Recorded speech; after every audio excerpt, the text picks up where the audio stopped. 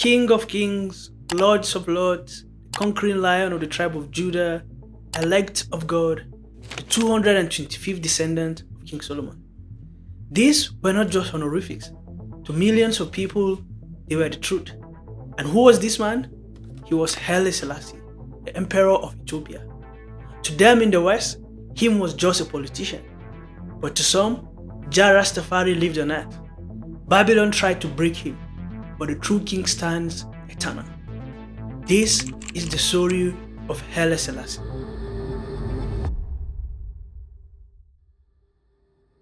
Today, we're diving into the life of a man who left a lasting mark on African history, the last emperor of Ethiopia.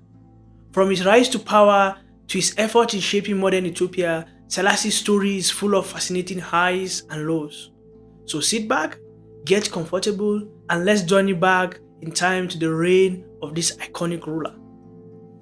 Born in the heart of Ethiopia in 1892, Tafari Makonnen was destined for greatness. As a young boy, his lineage tied him directly to the Solomonic dynasty, a royal family that claimed its roots from the biblical King Solomon and the Queen of Sheba, a lineage that was not just prestigious but held a deep spiritual and historical significance in Ethiopia. Carrying this rich history, young Selassie didn't have a typical childhood. He was not just a descendant of royalty, he was part of a lineage that was considered divine, carrying the weight of a nation's expectations in his young shoulders. As a child, Tafari had a pet lion cub. His father, Ras Makonnen, received the cub as a gift from Menelik II, the emperor of Ethiopia at that time. Tafari developed a strong bond with the lion cub, treating it as a beloved pet rather than a fearsome beast. Their bond was so strong that the lion would often accompany Tafari as he roamed the fields near his home. This unique companionship shaped young Tafari's character, instilling in him courage, strength, and a deep respect for nature. It was said that his early bond with the lion also contributed to his profound sense of responsibility towards all living beings, a trait that would later become crucial in his reign as an emperor. As Tafari grew older, his beloved pet lion also grew too, eventually becoming too large and potentially dangerous to keep at home. With a heavy heart, Tafari was forced to send the lion to live in the palace zoo. Despite this, the bond between them remained, and Tafari would often visit his old friend in the palace zoo. The courage it took to befriend the lion was a harbinger of things to come for this man who was born to be king. The first place it would be needed was in the palace. He needed courage to fight for the throne. In 1930, after a series of political chess moves following the death of Empress Zawditi, Selassie ascended the throne. He took on the name of Haile Selassie, which translates to Might of Trinity, a name that reflected his deep Christian faith and a commitment to his country's spiritual roots. The start of Selassie's reign was marked by a palpable sense of hope and anticipation.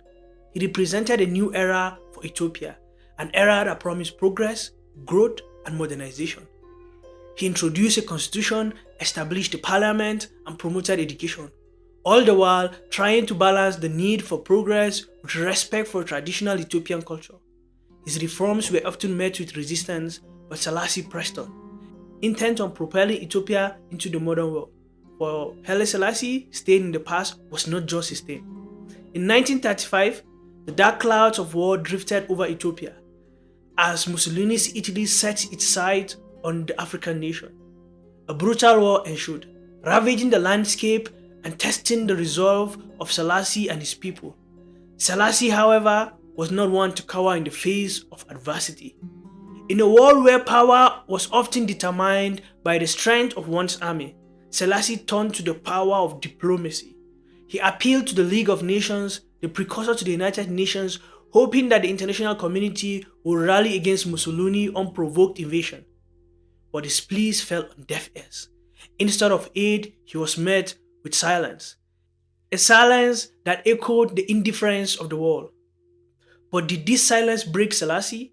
On the contrary, it only fueled his resolve.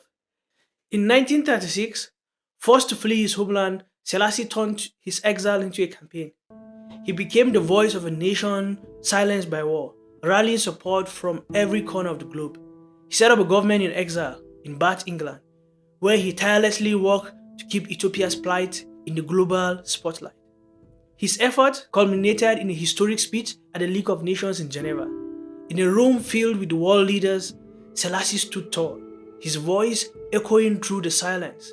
He condemned the world's inaction, boldly challenging the League's commitment to collective security and peace. His passionate speech, delivered in his native Amharic, was translated into over 30 languages, resonating around the world. Selassie's determination did not end here. He used his exile to strategize and plan for the liberation of his homeland. He worked closely with British forces, providing valuable intelligence and mobilizing Ethiopian resistance fighters.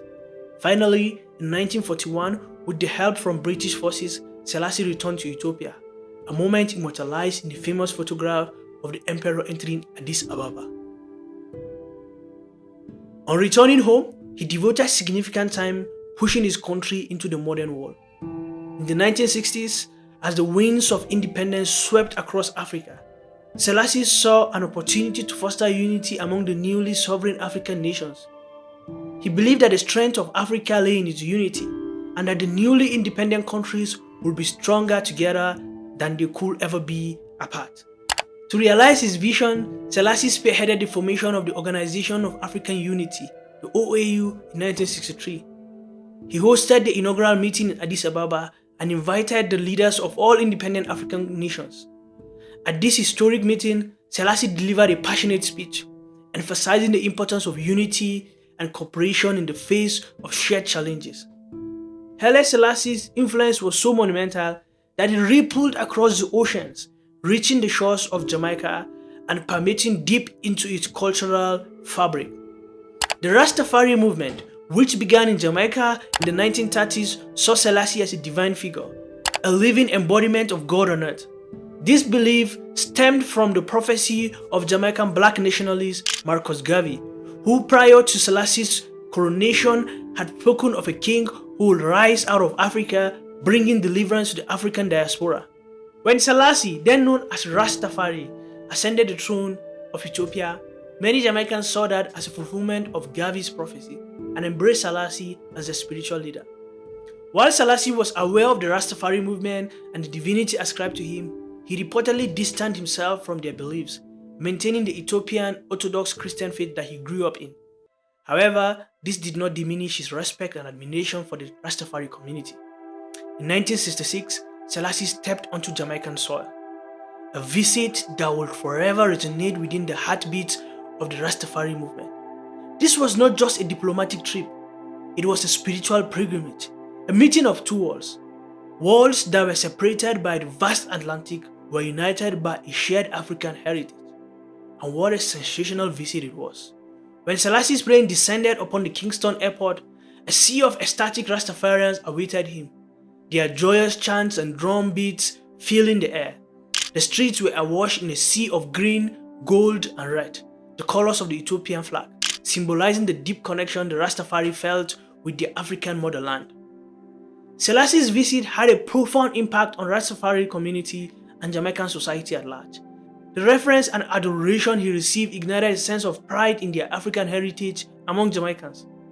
This newfound cultural pride led to an increased interest in African history and traditions, which in turn spurred a cultural revolution that permeated Jamaican music, art, and literature. It continues to this day. While Haile Selassie's reign marked a significant era in Ethiopian history and left a profound impact on the global stage, it was not devoid of controversy and criticism.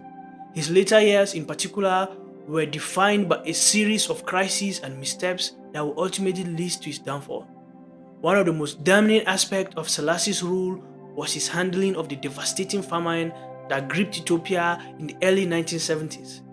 Despite the dire situation, Selassie's government was accused of downplaying the severity of the crisis, allegedly diverting international aid and resources to the less affected areas, while those in the worst-hit areas continued to suffer. This perceived indifference to the plight of his people led to widespread discontent and resentment. Of course, he was strongly condemned both at home and abroad. The most difficult thing that I can never forget in my life is that to go into the camp and choose make a choice of those young children lactating mothers and elderly people who should go into the feeding ration, the feeding camp. All the eyes of the mothers were on you, moving with wherever you are going, and the children, infants, open their mouth and they're gasping, and from that you have to make a choice. It was the most horrible situation. That to me, it still, when I think about it, it gives me a nightmare. It was terrible. Selassie's reign was marked by allegations of autocracy. Critics argue that he consolidated power in the hands of a select few, creating a centralized system of governance that left little room for democratic participation. His regime was accused of suppressing political dissent, often through the use of force, leading to alleged cases of human rights abuses. Selassie's economic policies also came under scrutiny. While he embarked on a series of modernization efforts, these initiatives often favored the urban elite and failed to address the deep-rooted poverty and inequality prevalent in rural areas. His land reform policy, in particular, was criticized for preserving the feudal system, further entrenching the economic disparity between the land-owning elite and the rural peasantry. And lastly, Selassie's foreign policy, particularly his close ties with Western powers, was met with skepticism by many Ethiopians. Critics argued that Selassie's alignment with the West undermined his commitment to the African independence and sovereignty. The culmination of these issues sparked widespread civil unrest, leading to the 1974 revolution that overthrew Selassie and brought an end to centuries of imperial rule in Ethiopia. This was a 3,000-year civilization that was taking a big pause. The socialist military junta, known as the Derg, seized power, making a dramatic shift in Ethiopia's political landscape. The circumstances surrounding Haile Selassie's death remain a subject of controversy and speculation. Officially, the Ethiopian government announced that the 83-year-old former emperor died on August 27, 1975, due to complications following a prostate operation. However, the truth of the claim was widely questioned. No one believed it. In 1992, after the fall of the Derg regime, an investigation was launched into Selassie's death. The result revealed that the former emperor may have suffocated with a pillow, implying an act of murder. Mengistu Haile, the leader of the Derg, was subsequently tried in absentia and was found guilty of the murder of Haile Selassie. In 2000, 25 years after his death, Haile Selassie was given a proper burial in Ethiopia's capital, Addis Ababa. Thousands of Ethiopians and several foreign dignitaries attended the funeral, paying their respect to a leader who, despite the controversy surrounding his reign and death, had indelibly shaped the course of Ethiopia and Africa's history. His life was full of victories and setbacks. Through it all, he maintained a fervent desire to uplift his nation and continent. Of course, his mistakes were obvious, but the Africans of today can look at the life of Haile Selassie and learn the lessons of unity. People like him had the courage to dream of a united Africa. May that dream come to pass in our lifetimes.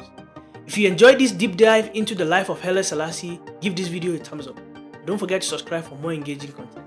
Until next time, keep learning, keep exploring. My name is Lyndon Tumtum. Goodbye.